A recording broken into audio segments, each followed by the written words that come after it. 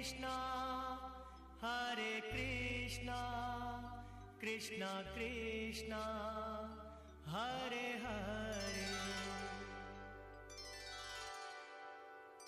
हरे राम राम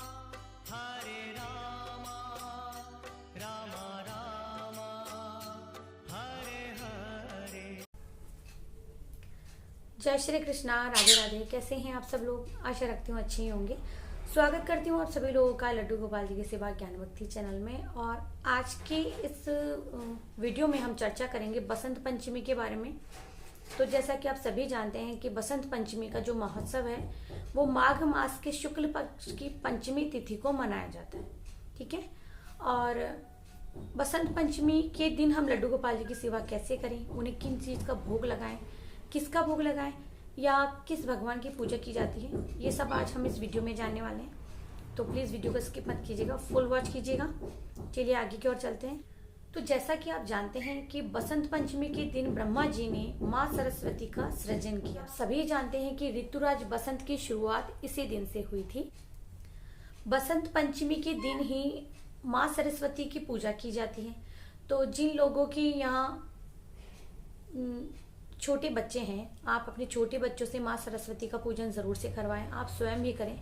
वैसे बुद्धि विवेक की जरूरत हर किसी को होती है और हर किसी के पास में बुद्धि और विवेक होता है। तो आप सभी को या हम सबको माँ सरस्वती का पूजन इस दिन करना चाहिए। ऐसा भी कहा जाता है कि बसंत पंचमी के दिन ही माँ सती और कामदेव की पूजा विधि विधान से करनी चाहिए। ऐसा कहा जाता है कि शुभ फल मिलते हैं। शुभ फल की इच्छा रखने वाले कामदेव और माँ सती की पूजा अवश्य करें। तो जो बसंत पंचमी का त्योहार है वो इस बार 16 फरवरी को मंगलवार के दिन मनाया जाएगा। और साथ ही में मैं आपको बता दूं कि जो इसका मुहूर्त है वो क्या है। तो जो शुभ मुहूर्त है वो 6:59 से लेकर 12:35 तक का है, ठीक है। कुल जो अवधि मिल रही है हमें वो मिल रही है 5 घंटे 36 मिनट की, ठीक है।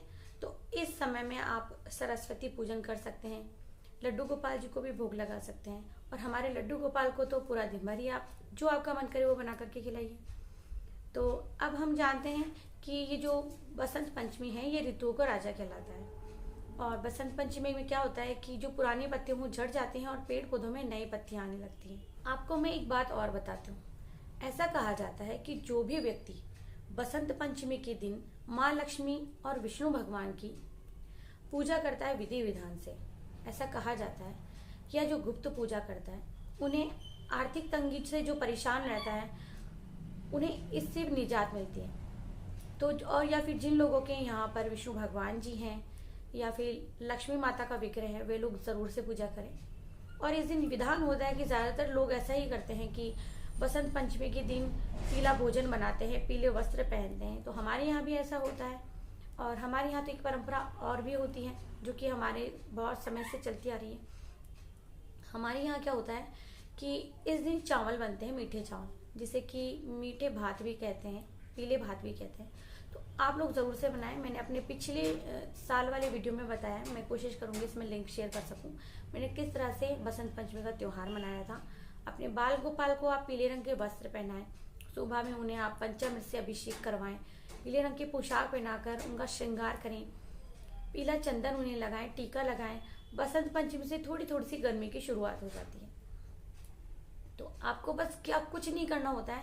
बसंत पंचमी के दिन लड्डू गोपाल को, अपने बाकी विग्रह को आप पीले रंगों से सजाएं, उन्हें गुलाल लगाएं, पीले रंग के फूलों से पूजा करें, माँ लक्ष्मी और विष्णु भगवान की पूजा करें, माँ सरस्वती की पूजा करें। अगर आपके पास खाता बुक है, वही खाता जिसे कहा जाता है, या आप लोग इसकी पूजा भी कर सकते हैं। आपके पास जितने ग्रंथ रखे हैं आप उनकी पूजा करें। आप पढ़ाई करने वाले हैं तो आप माँ सरस्वती की पूजा अवश्य करें। साथ ही में मैं आपको बताऊंगी कि ब्रिज में ना 45 दिन की होली खेली जाती है, यानी कि बसंत पंचमी से होली की शुरुआत हो जाती है वहाँ, और 45 दिन तक ये इतना अच्छा माहौल वहाँ बना रहता है मंदिर में। आप जाकर देखेंगे ये जो मनमोहक दृश्य होता है वहाँ का, हर कोई इसका आनंद नहीं ले सकता, जैसे कि मैं नहीं। तो आप लोग वहाँ इस दृश्य के आनंद लेने जरूर से जाइए। ब्रिज की जो प्रमुख प्रमुख मंदिर होते हैं ना, वहाँ जमकर गुलाल उड़ाया जाता है, खूब होली खेली जाती है। बांके बिहारी मंदिर का दृश्य तो देखने लायक होता है, आप वहां अवश्य जाएं, ठाकुर जी के दर्शन करें, हमारे बांके बिहारी जी के दर्शन करें। और ये जो होली का समय होता है ना, यहाँ बांके बिहारी जी के मंदिर में पैर रखने को भी जगह नहीं मिलती, बहुत भीड़ होती है। इस बार नहीं पता, क्योंकि आप जानते हैं कि कोरोना के चलते बहुत कुछ बदलाव इंसान के अपने जीवन में भी आए, तो बाकी और लोगों के जीवन में भी आए। मंदिरों के थोड़े बहुत हालात भी चेंज हो गए हैं, दर्शन करने के लिए कतार लगाई जाती है, पहले तो लोग सोचते भी नहीं थे, और अब बहुत कुछ बदल गया। अगर आप वहाँ राधा रमन ठाकुर जी के दर्शन करने जाएंगे तो आपको बसंती कमरे में दर्शन होंगे, क्योंकि वहाँ जो ठाकुर जी हैं राधा रमन जी, तो बसंत ऋतु का एहसास दिलाने के लिए राधा रमन जी के लिए एक विशेष कमरा तैयार किया जाता है, और उस कमरे को इतना आकर्षक सजाया जाता है, तरह तरह के फूलों से सजाया जाता है, बाहर से फूल मंगवाकर बाहर से लाइटिंग वगैरह करवाई जाती है, और इतना आकर्षक मनोरम दृश्य होता है वो। आपको ये सारे जो फोटोज हैं, वीडियोस हैं, वो आपको यूट्यूब पर देखने के लिए मिल जाएगी, तो आप सर्च कर सकते हैं।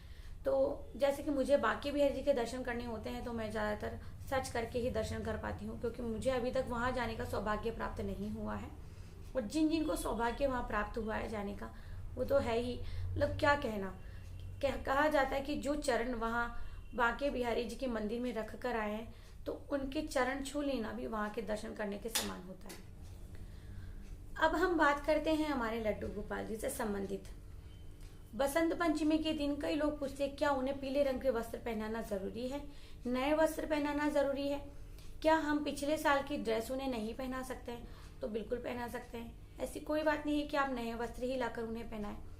पीले रंग के वस्त्र पहनाने हैं ना, कोई भी पीला रंग चूज कर लीजिए, हरे रंग की पोशाक आप उन्हें पहना सकते हैं, क्योंकि बसंत पंचमी का त्योहार जो होता है वो इसी तरह का त्योहार होता है, रंग बिरंगा त्योहार होता है। कई जगह तो ऐसा होता है कि बसंत पंचमी के दिन ठाकुर जी को विशेषकर गुलाल लगाया जाता है।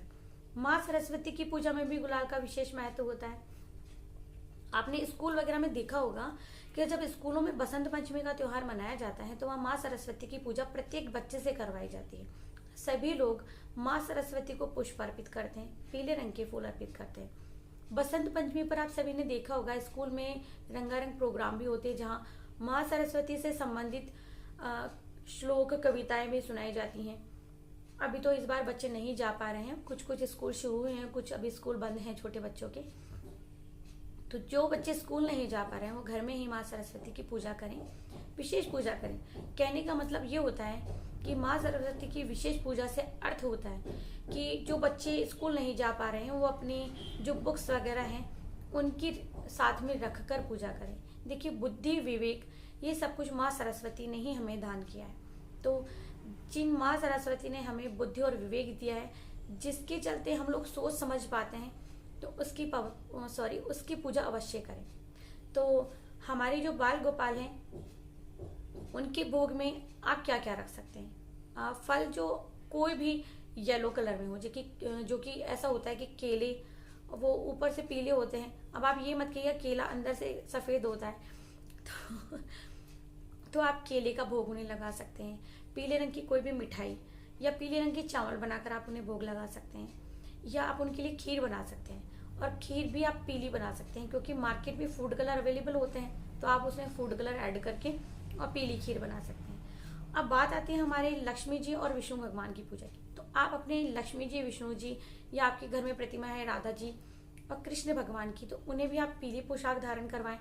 साथ ही में पीले फूलों से आप अपना मंदिर सुसज्जित कर सकते हैं, कोई झांकी सजा सकते हैं। झांकी में आपको करना कुछ ही नहीं है, आप चाहे अगर आपके पास फूल बंगला है, फूल बंगला लगाया वहाँ राधा कृष्ण के बैकग्राउंड में पीले फूलों से सजाएं, पीले रंग की माला लेकर के आके आप पीछे का बैकग्राउंड लगा सकते हैं। बहुत ही प्यारी सी सब्सक्राइबर है हमारी नेहा जी ने पूछा थी मुझे झांकी सजानी, मैं किस तरह से सजाऊं? तो ऐसा कुछ खास आइडिया मेरे पास नहीं है, बस ये कुछ फूल माला लेकर के येलो वाला आप बैकग्राउंड को सजा करके और आप आगे अपनी जो भी लड्डू गोपाल जी की झांकी सजाना चाहें, या राधा कृष्ण जी की, या माँ सरस्वती जी का पूजन करना चाहें, तो आप ऐसे कर सकते हैं।